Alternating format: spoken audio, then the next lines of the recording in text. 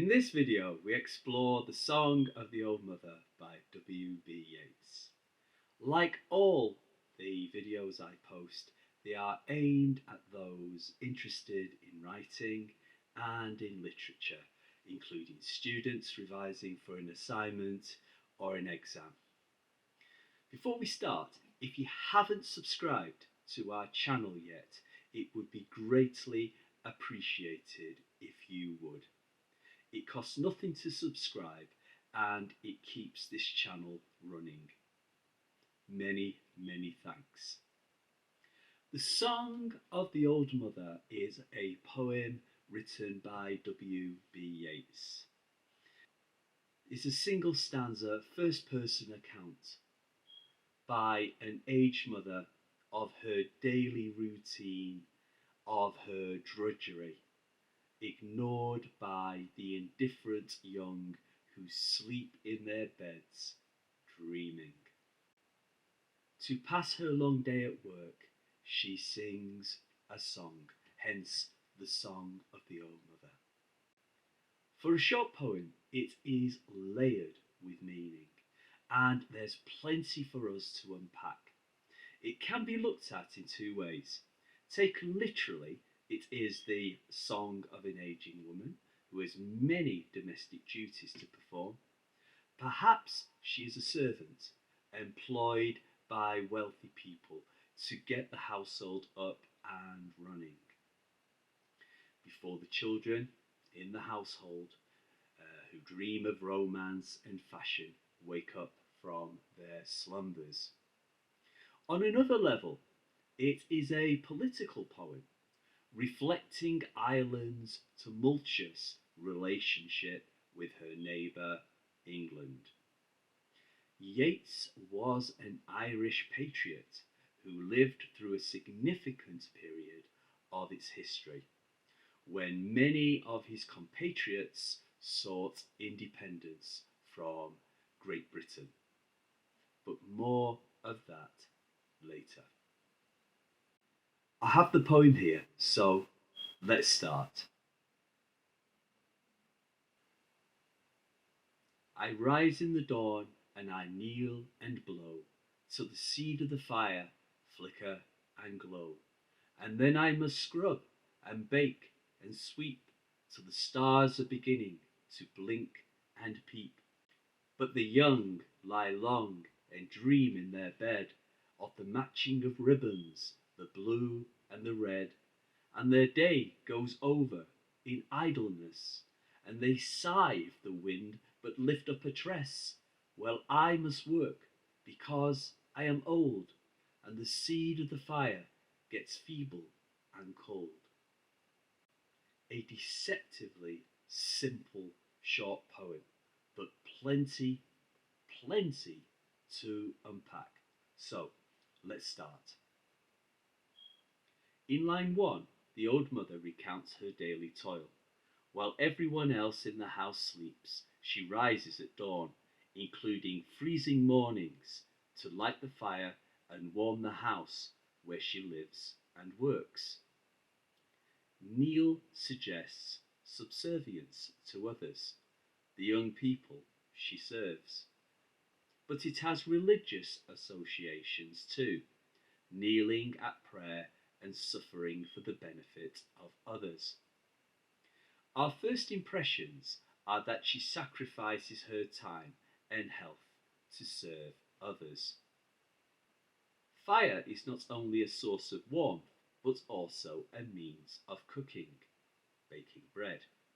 The opening lines, therefore, establish themes of sacrifice, and the speaker as the mother provider of warmth and food. The bread symbolises life and sustenance. We have heard bread referred to as the staff of life.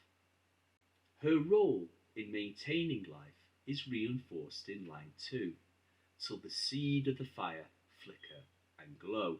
Seed has associations with fertility, growth, and creation. Yeats possibly fuses the concepts of suffering inherent in Catholicism and Christianity with pagan Celtic traditions of Mother Earth. Yeats, therefore, elevates his poem from the simple tale of a servant woman.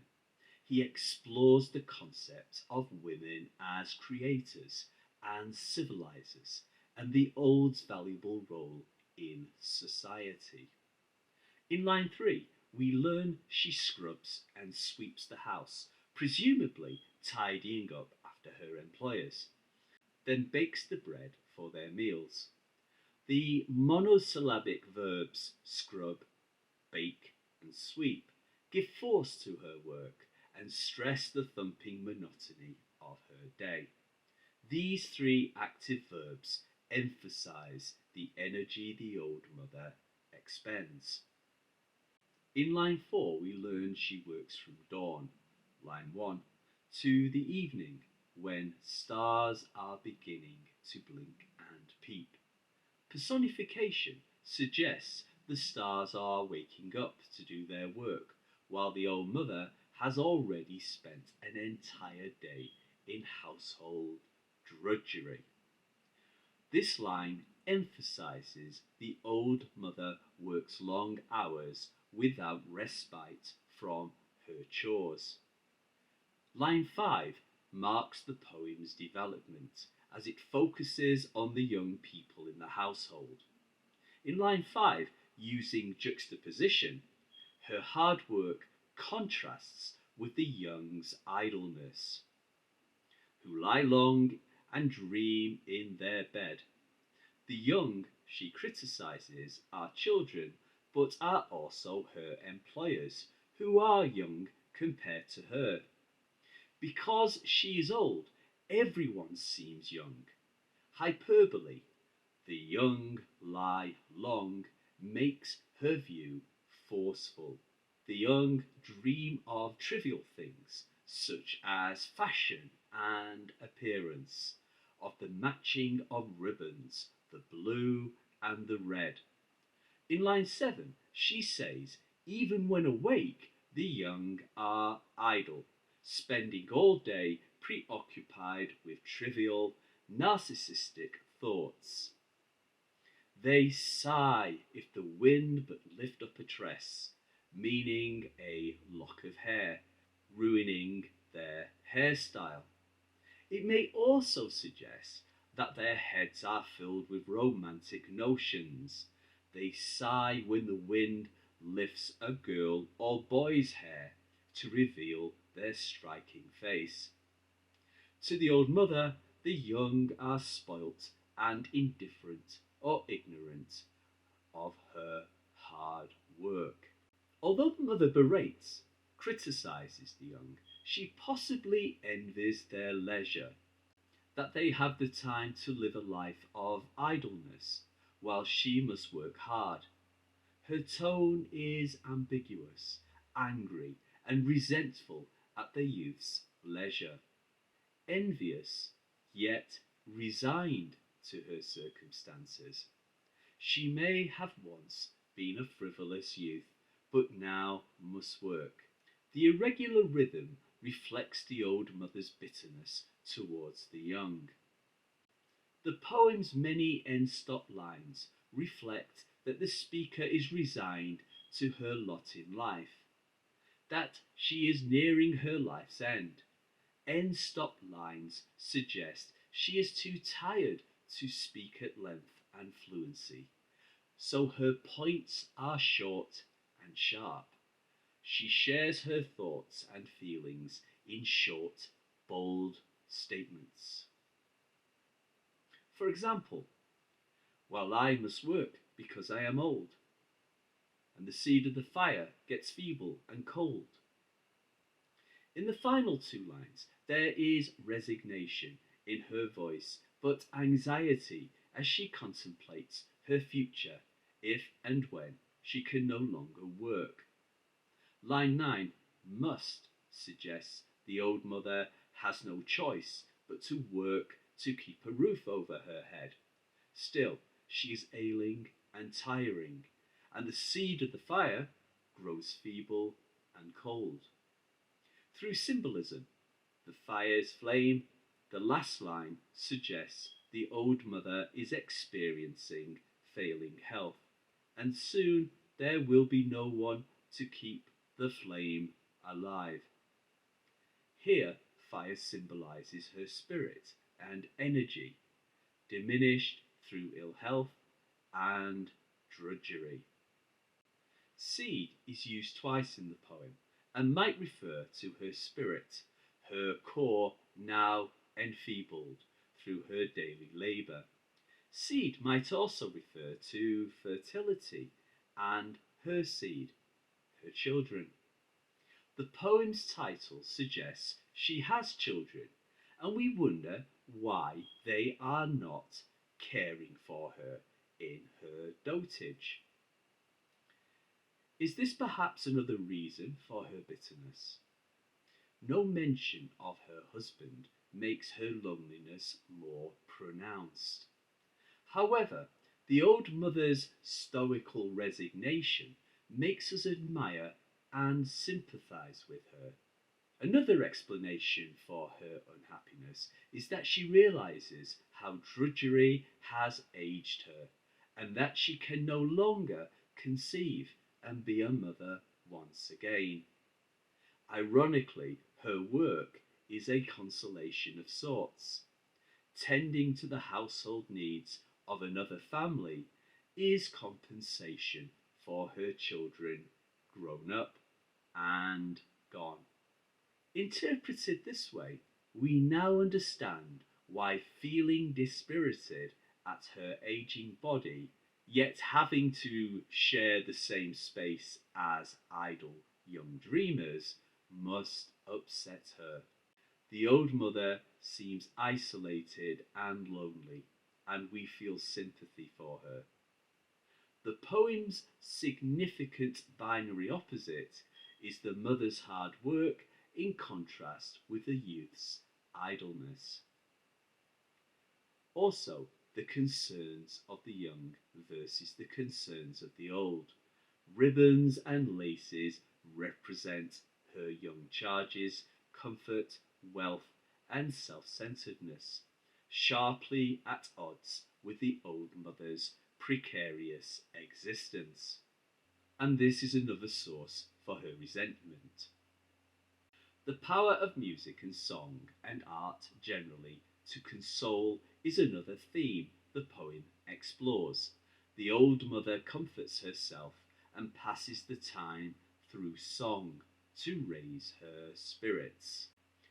The poem is a personal account, a well drawn vignette of an old mother, but it also has a political dimension. The young, the people she works for, enjoy their daydreaming and self indulgence on the back of her labour. It is reasonable to speculate that the poem's themes include class consciousness and class struggle. If we view her employers as representing middle class, bourgeois lifestyles created on the backs of the hard work and labour of ordinary men and women. Another theme might be Ireland's great poverty that forced the Irish to leave their homeland for work and new lives abroad. Many young people were forced to leave their homes, and perhaps this is why the mother's children are absent in this poem, and she lives on the patronage of others for a roof over her head. In symbolic terms, the mother is the country of Ireland, bereft of her native children. They have been forced into exile, and those left behind with no choice but to serve the needs of their Anglo and Anglo-Irish masters.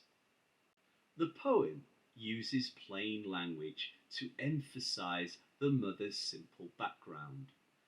Plain talk and first person voice gives the impression that she speaks to us directly or to herself. These techniques instantly draw the reader into the poem. Confidants to her resentment as the old mother shares opinions she would not share with her employers. Regarding structure, the Song of the Old Mother is a 10-line poem of 5 full rhyming couplets. What is important to note in this lyrical poem is the varied tetrameter beat on a theme of iambic and anapestic feet, which produces a lilting and rising feel, as much a chant as a song. This technique reinforces the poem's religious and Christian themes of suffering and sacrifice. Like a song, the poem consists of a series of rhyming couplets. Let's go through a couple of the lines metrically, stressed syllables in bold. Yeats achieves this quality thus: I rise in the dawn and I kneel and blow. I am and a pest and a pest and I am, till the seed of the fire flicker and glow. Anapest, anapest, trochee, I am, and then I must scrub and bake and sweep. I am anapest, I am, till stars are beginning to blink and peep. I am anapest, anapest, I am, and so forth. The poem's lyrical, song-like quality is supported through alliteration. Fire gets feeble, flicker, and assonance, sigh, and wind, and lift, and work, and old. The final example on the last line, emphasizing the speaker's age and her long hours of toil. So, moving on from structure, let's find out a little about this remarkable writer, W.B. Yeats. W.B. Yeats is one of Ireland's finest poets and writers from a country blessed with great writers. His life spans an important period of Irish history, with great social changes, notably Ireland gaining its independence from Great Britain after the First World War. It gained its independence in the early 1920s with the establishment of the Irish Republic. His poems vary greatly in theme from small domestic instances like the Song of the Old Mother. However, as we've seen, his poems often have a political dimension. Many also explore religious themes. It is no surprise that in his early writing, Yeats was influenced by the visionary poet William Blake, whom we discussed in earlier videos. Blake even titled his famous collection of poems Songs of Innocence and of Experience.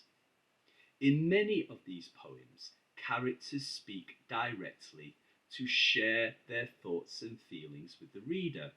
For example, in the Nurse's Song.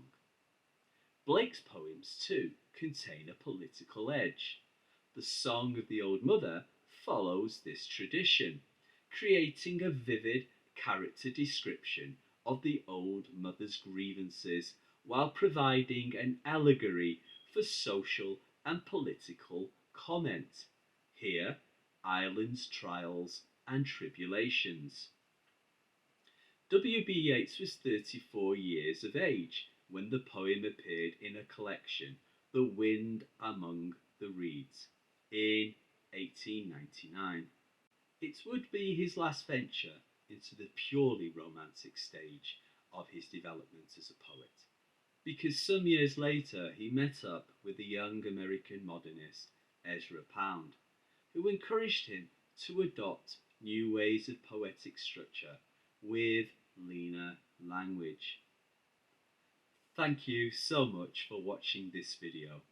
I hope you found it interesting and helpful.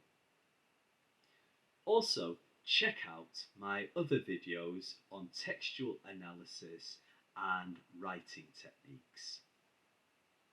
Also, if you haven't yet subscribed to this channel, it would be greatly appreciated if you would. Thank you again. Until next time, write well.